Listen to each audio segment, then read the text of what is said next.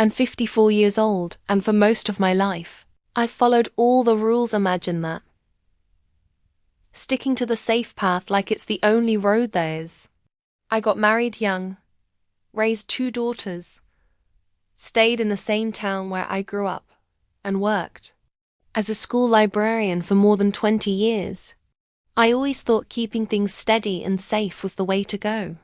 To me, love was something quiet and reliable, not crazy or full of surprises. I liked knowing exactly what would happen next. But then, one weekend, everything flipped upside down. I never dreamed something like this could happen to me. Please, don't make the same mistake I did. It all kicked off with a phone call from my cousin Melanie. She was in a tough spot. Her ex-husband bailed on picking up their son Cody for the weekend, and she had to head out of town suddenly for a work meeting. Melanie and I weren't super close when we were kids, but over time, we got back in touch through family gatherings and holiday chats. So when she asked if Cody could stay at my house until Sunday night, I said yes without thinking twice. I had plenty of room, and I thought it'd be nice to have some company. Plus, Cody was always polite and quiet, the type of teen who blends into the background in a noisy family crowd. He was 17, tall and skinny, with those deep eyes that made it seem like he was always thinking about something bigger than what he said. He reminded me a bit of my younger daughter's first boyfriend, quiet, respectful, always watching everything around him. When he showed up that Friday evening with his duffel bag over one shoulder, he greeted me with a shy smile. "Hey, Aunt Rachel. Thanks for letting me crash here." I smiled back. "Of course, sweetie. Make yourself at home." I had made homemade lasagna, something warm and cozy, and we ate dinner at the kitchen island, just the 2 of us. My house has been quiet for years now, ever since my girls moved out. It's one of those cozy ranch-style homes, always smelling a little like vanilla and old wood. That night, it felt a bit less empty. We talked about school, music, even a little about how he was handling his parents' divorce. His voice was low and thoughtful. He wasn't like most teenage boys. He really listened. I remember noticing that, thinking how rare it was to get that kind of quiet attention in my world these days. I set up the guest room for him fresh. Sheets, extra pillows, a little basket with toiletries I always keep ready for guests. He thanked me again, so sincerely it surprised me. There was something in the way he looked at me, like he saw more than just an older woman helping out. I pushed the thought away. I changed into my usual soft cotton pajamas, nothing special, just loose and comfy, and settled into the den with a glass of wine. It was just past 10 when I heard a gentle knock at the archway. "Hey," Cody said, peeking in. "Do you mind if I sit in here with you for a bit? I'm not really tired." "Sure," I said, patting the end of the couch. "It's nice to have someone around, to be honest." He walked in slowly, holding a blanket around his shoulders like a cape. He looked younger, in that moment like a kid again. But when he sat down, just a foot or so from me, I felt a strange little flutter in my chest. It didn't make sense, so I swallowed it down. We put on a nature documentary, the kind with slow-moving herds and whispery narration. I didn't really watch it. I was too aware of the subtle warmth between us, the quiet breaths, the way the couch cushion shifted every time he adjusted his posture. At one point, my hand was resting on the couch between us, and his arm brushed against it lightly, deliberately. I wasn't sure. I looked over at him, and he was already looking at me. There was nothing wrong in his eyes, no pushiness, no cockiness, just this quiet, almost vulnerable openness, like he was waiting for me to look away. But I didn't. We held that gaze for a second longer than we should have. I broke it with a soft chuckle, more to reset the moment than anything. "Tired yet?" I asked. He shrugged a little. "You've got a cozy bed waiting for you." "Yeah." he said, standing slowly, the blanket slipping off his shoulder. Thanks again. For everything. When he turned to leave, he hesitated just slightly, and then walked out of the room. I sat there, stunned by a wave of feelings I hadn't expected. Guilt, confusion, a strange longing I hadn't felt in years. I didn't know what any of it meant yet, but something had shifted that night. Something unspoken but very real. And I wasn't sure I was more afraid of that he'd felt it too, or that I had imagined it entirely. The next morning I woke up earlier than usual. My mind had been restless all night, turning over every moment from the night before. The way Cody looked at me, that soft brush of skin, the hesitation in his step as he left the room. I told myself it was nothing, just my imagination, a way of dealing with loneliness. That quiet ache that builds after years of living alone, without even realizing how long it's been since someone really saw you. I tied my robe and padded into the kitchen, starting the coffee machine and pulling out the eggs and toast. The house still held the chill of early morning, and I left the back door cracked just enough to let in the scent of dew-soaked grass. A few minutes later, I heard footsteps behind me. "Morning," Cody said, voice still gravelly with sleep. He was wearing an old t-shirt and sweatpants, hair tousled. He looked so young, and yet something in his eyes made him seem older than he should have been, that quiet, observant thing again. "Good morning, sweetheart," I said, trying to sound casual. "You sleep okay?" "Yeah," he said, sliding onto the bar stool. "Better than I thought I would." I set a plate in front of him and poured 2 mugs of coffee, one black, one with a splash of cream for me. We ate quietly at first, the kind of silence that didn't feel heavy, just full of things unspoken. Then he said something that caught me, completely off guard. "You seemed sad last night." I blinked. "Sad?" He nodded. "Not like crying or anything, just lonely." The words hit deeper than I expected. I looked at him, searching for some trace of mockery, but he was completely serious. "Well," I said after a pause, "you're not wrong." I hadn't meant to say it, not like that.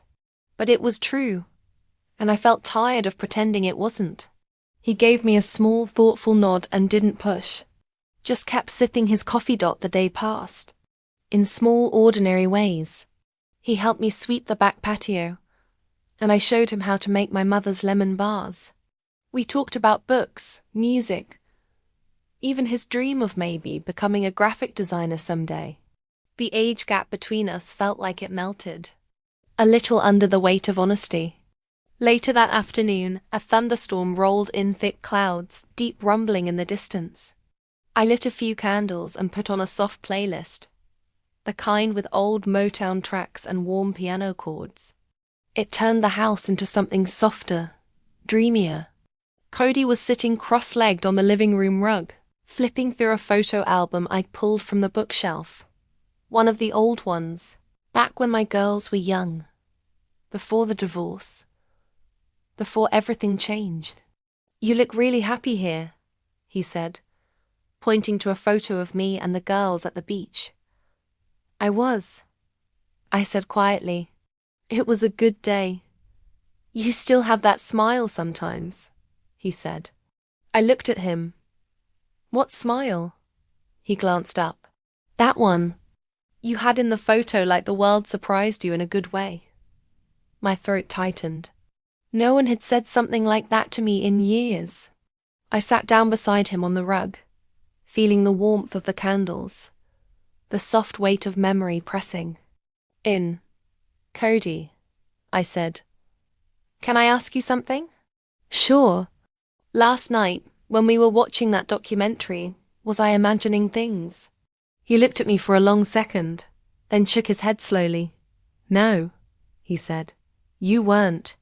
That silence again, heavy and charged. "But," he added gently, "I wasn't going to say anything. I didn't want to make you uncomfortable." "You didn't," I whispered. It was just unexpected. We were sitting close, now too close. But I didn't move. Neither did he. I don't know what's happening, I said, my voice low. I just know that it's been a long time since I've felt seen. And last night, I felt something shift. He nodded. Me too. I looked at him, at the soft edges of boyhood still clinging to him, and the emerging outline of the man he was becoming. And I felt this sharp ache, not of desire exactly, but of recognition, of connection, of two people who didn't expect to find each other in that moment, that somehow had. I stood slowly.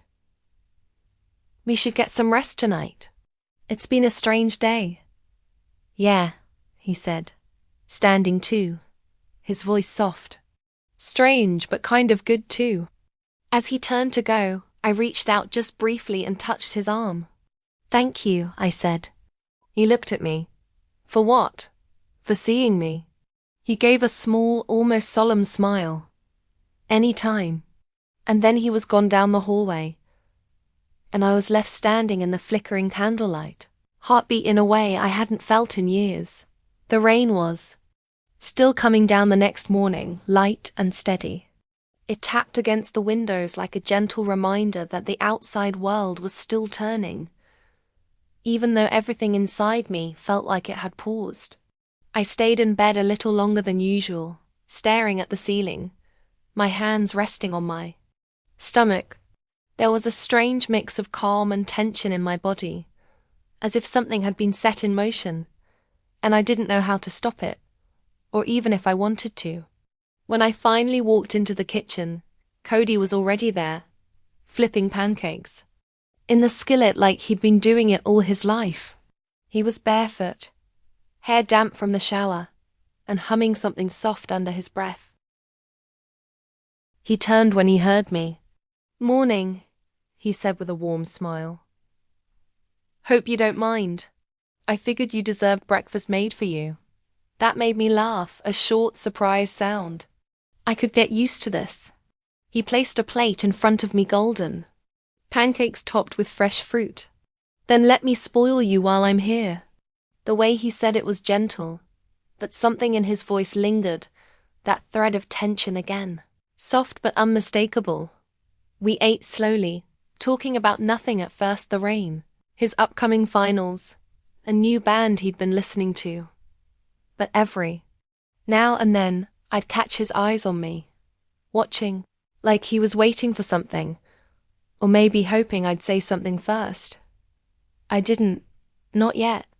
After breakfast, I asked if he wanted to help me reorganize the upstairs hallway closet. Something I've been putting off for years. He agreed right away. I think we both needed the distraction. We worked side by side for hours, pulling out boxes filled with old holiday decorations, photos, forgotten sweaters. At one point, I found a dusty shoebox full of letters from my ex-husband. Sweet, clumsy notes from the early years of our marriage. I stared at them for a long moment before gently closing the lid and setting it aside. Cody noticed. Was it hard? He asked. Letting go? No. Being left. That caught me. I looked at him. He wasn't teasing. He wasn't judging. He was asking like someone who genuinely wanted to understand. Harder than I ever let on, I said. And eventually, you stop looking for what left. You just learn how to live with the space it used to fill. He nodded. I think I get that. I don't know who moved first. Maybe it was me. Maybe it was him. But suddenly we were standing closer than before, the air between us thicker, heavier. I reached for a blanket on the shelf above us, and my hand brushed against his. We both paused, frozen in that contact. He looked up at me. Rachel. My name in his voice made something flutter deep inside me. I didn't speak. I didn't need to. Instead, I stepped back slowly, deliberately, until I sat down on the edge of the hallway bench. The light from the window behind him fell across his face, catching the uncertainty there, but also the hope. Sit, I said gently. He did, kneeling in front of me like he was afraid a single wrong move would shatter whatever this fragile moment had become. I've been trying to understand what this is, I whispered. And it doesn't make sense, Cody. It's unexpected. It's strange, but it's also honest. He nodded, his hands resting on his thighs, waiting. I've spent so many years trying to be who I'm supposed to be, I said.